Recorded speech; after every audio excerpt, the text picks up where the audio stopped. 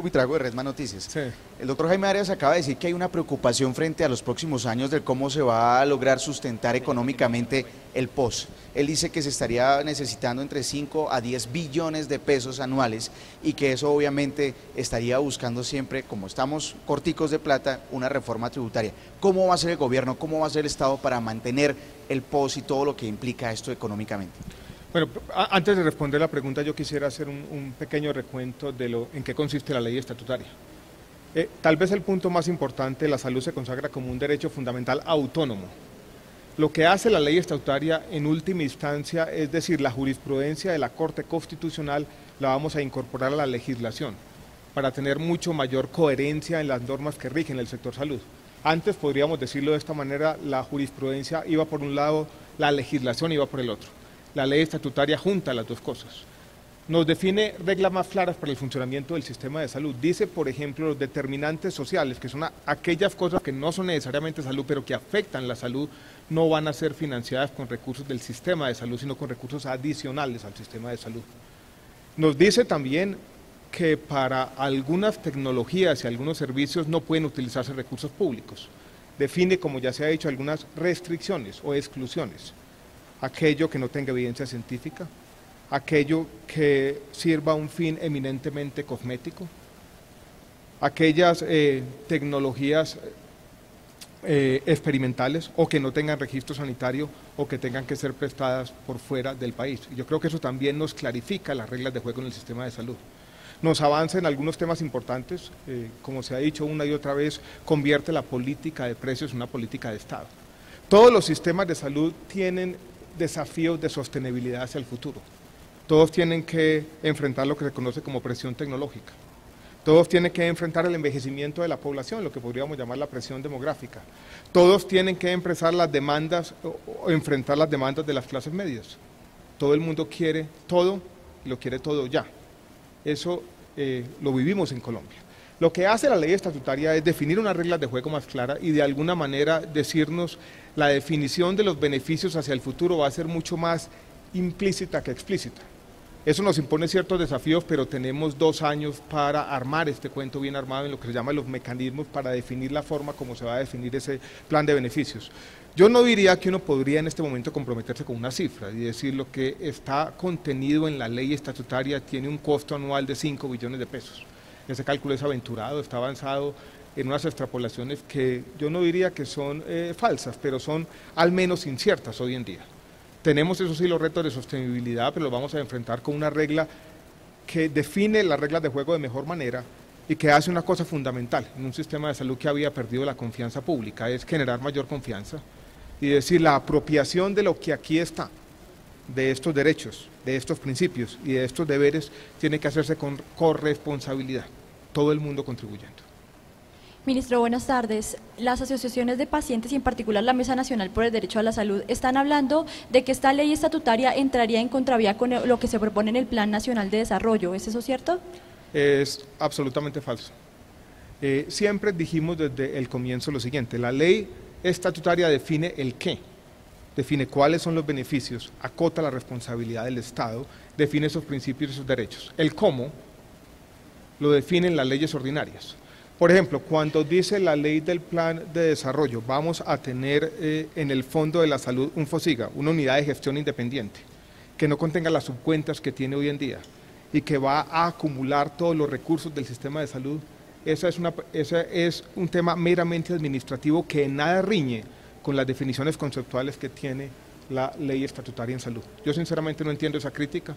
Creo que es una crítica falaz y equivocada que desconoce esa diferenciación entre lo que hace una ley estatutaria y lo que debe hacer una ley ordinaria. Ministro Ivonne Vargas de Caracol Radio, la Corte dejó un marco muy amplio de la ley estatutaria de salud, casi que universal. ¿De dónde van a salir los recursos? Porque al principio se hablaba precisamente que ese era el tropiezo para firmarla, que no había una sostenibilidad financiera que aguantara esa ley. Vuelvo y repito, tenemos un desafío no solamente como gobierno, sino como Estado y más allá de Estado como sociedad, de que este marco más amplio, este plan de beneficios definido, como ya lo dije, de manera más implícita que explícita, este plan de beneficios definido con base en exclusiones sea sostenible. Para eso tenemos 2 años de trabajo y para eso tenemos que trabajar todos conjuntamente. Yo no creo que uno pueda colegir de la ley estatutaria que los desafíos de sostenibilidad del sistema, que en todo caso estaban allí. Recuerden que en todo caso nosotros teníamos un plan de beneficios y teníamos también lo que se llama un no-POS, algo que estaba por fuera del plan de beneficios, son ahora distintos con la ley estatutaria. Son los mismos, simplemente que ahora tenemos unas reglas de juego mucho más claras y ordenadas.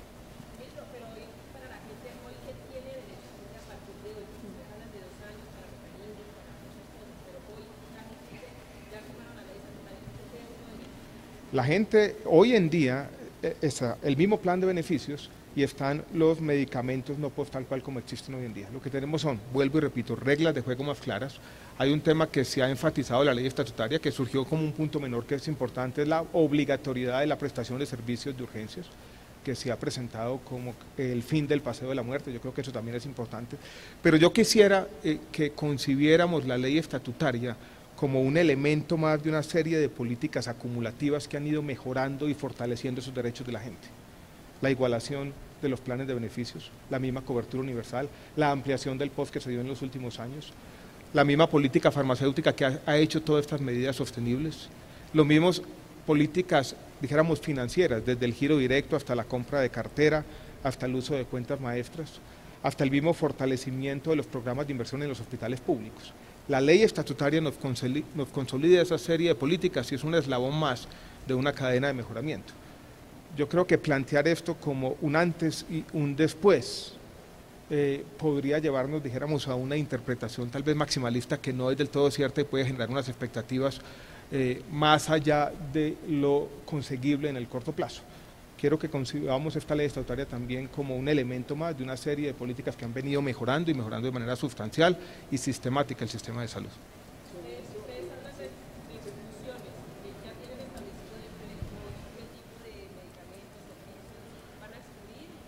Todavía no, para eso tenemos que definir cuáles son los mecanismos, o sea, cuál es la forma idónea de realizar esas exclusiones en la práctica.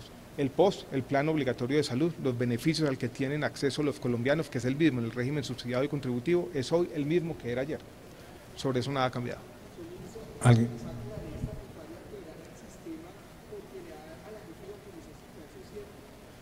Eso no es cierto, vuelvo y repito, no podemos decir de manera ligera, sin haber hecho los cálculos, sin haber definido el mecanismo, sin haber tenido una reflexión cierta de cuáles son las políticas que van a acompañar la implementación de la ley estatutaria, que el sistema se va a quebrar.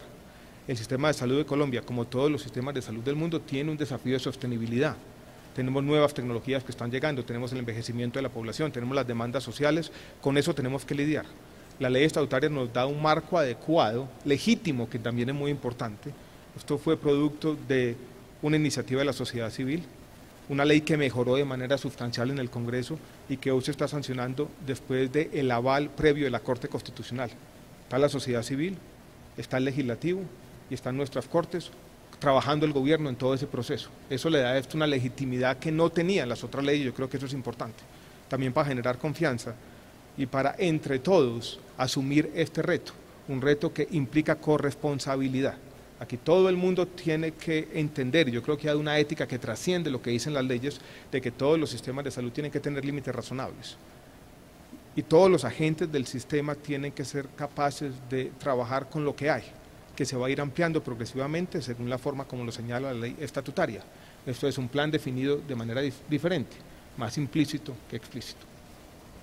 Listo, colegas, muchas gracias.